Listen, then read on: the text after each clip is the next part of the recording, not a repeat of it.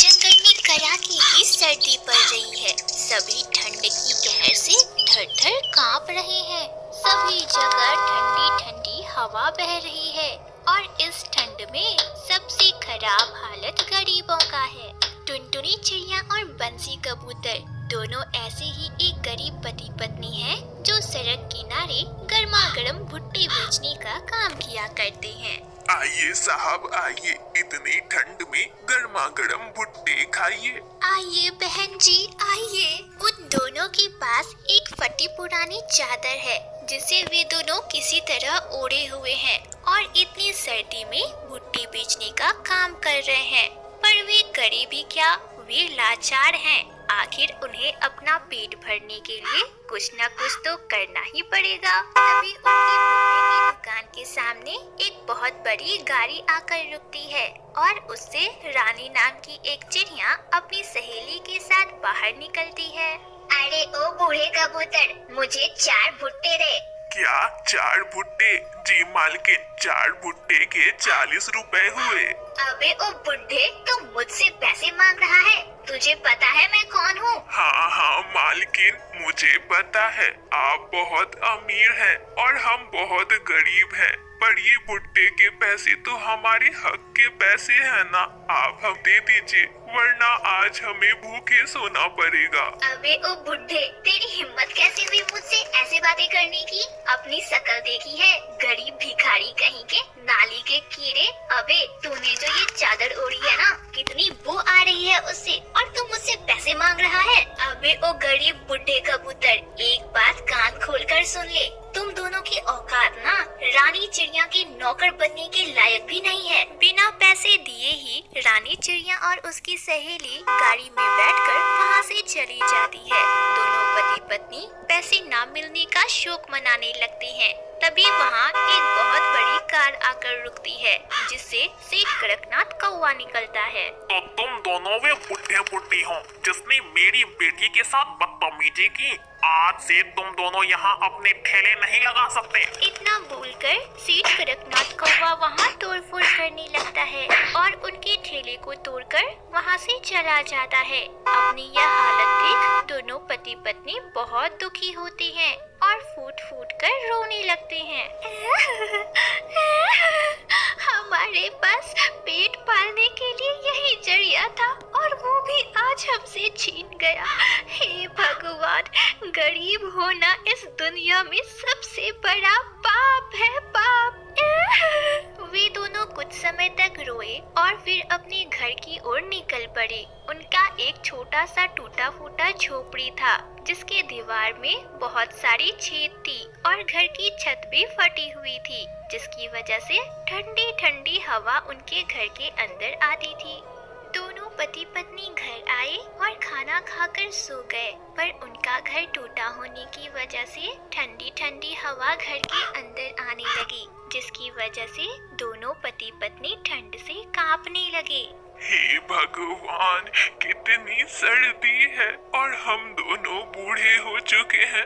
भला ऐसे कैसे बिताएंगे हम इस ठंड को? चिंता मत करो जी, इस दुनिया में अभी भी बहुत सारे भले लोग हैं, वे हमारी मदद जरूर करेंगे। अगले दिन टुनटुनी चिड़िया अपना फटा पुराना चादर ओढ़कर काम की तलाश में निकल पड़ती है। बहुत दूर जाने पर उसे एक बहुत बड़ी हवेली दिखाई देती है, तो वह उस हवेली का दरवाजा खटखटाती है।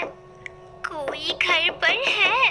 कुछ देर बाद घर का दरवाजा खुलता है, पर घर के दरवाजा खोलने वाले को देखकर टुनटुनी चिड़िया चौंक जाती है, क्योंकि वह कोई और नहीं थी, कल वाली रानी चिड़िया थी जिसने उसके पैसे नहीं लिए थे।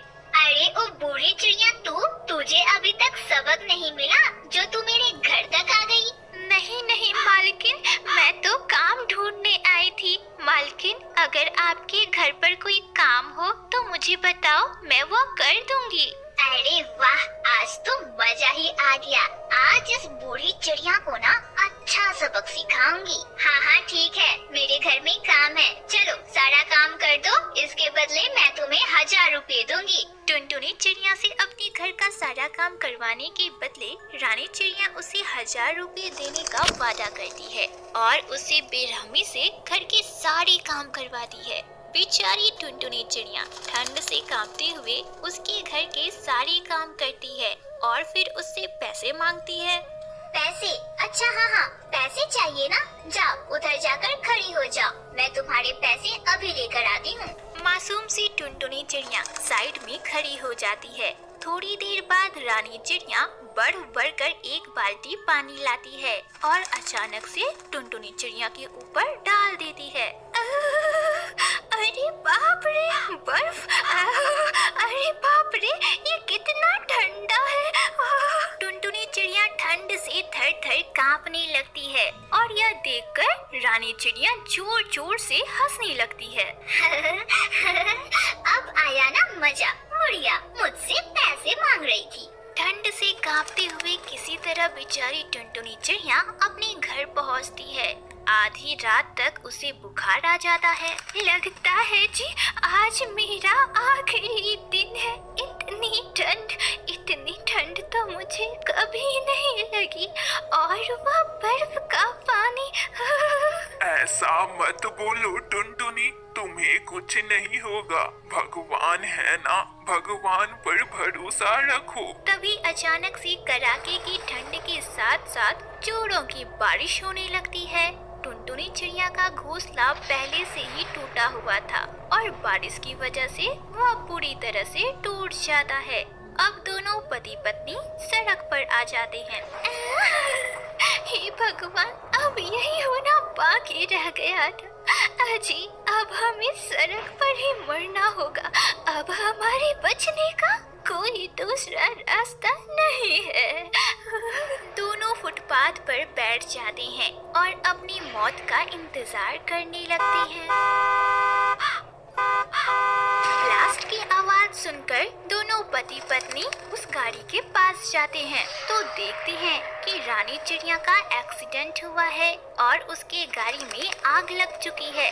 दोनों पति पत्नी किसी तरह रानी चिड़िया की जान बचाते हैं। मुझे आप दोनों माफ कर दीजिए, मैंने आप दोनों के साथ कितनी बदतमीजी की, फिर भी आज आप दोनों ने मेरी जान बचाई। मुझे अपने किए पर बहुत शर्मिंदगी है, मुझे माफ कर दीजिए। तभी वहाँ से कड़कनाथ कौवा भी आ जाता है और दोनों पति पत्नी से कहता है, आप दोनों का बहुत बहुत शुक्रिया। अगर आज आप दोनों ना होते तो मेरी बेटी जिंदा ना रहती। मैंने आप दोनों के साथ बहुत गलत किया, मुझे माफ कर दीजिए। आज आप दोनों ने मुझे इंसानियत सिखा दी। पापा, इनके पास रहने के लिए जगह नहीं है, क्या हम इन्हें अपने घर में ही रख ले? हाँ रानी बिटिया, क्यों नहीं। आज से आप दोनों हमारे घर में ही रहेंगे और हाँ, आपके खाने पीने और रहने का सारा खर्च मैं उठाऊंगा। वो कहते हैं ना, जो दूसरों की मदद करता है ऊपर वाला हमेशा उसके साथ रहता है और उसकी मदद करता है।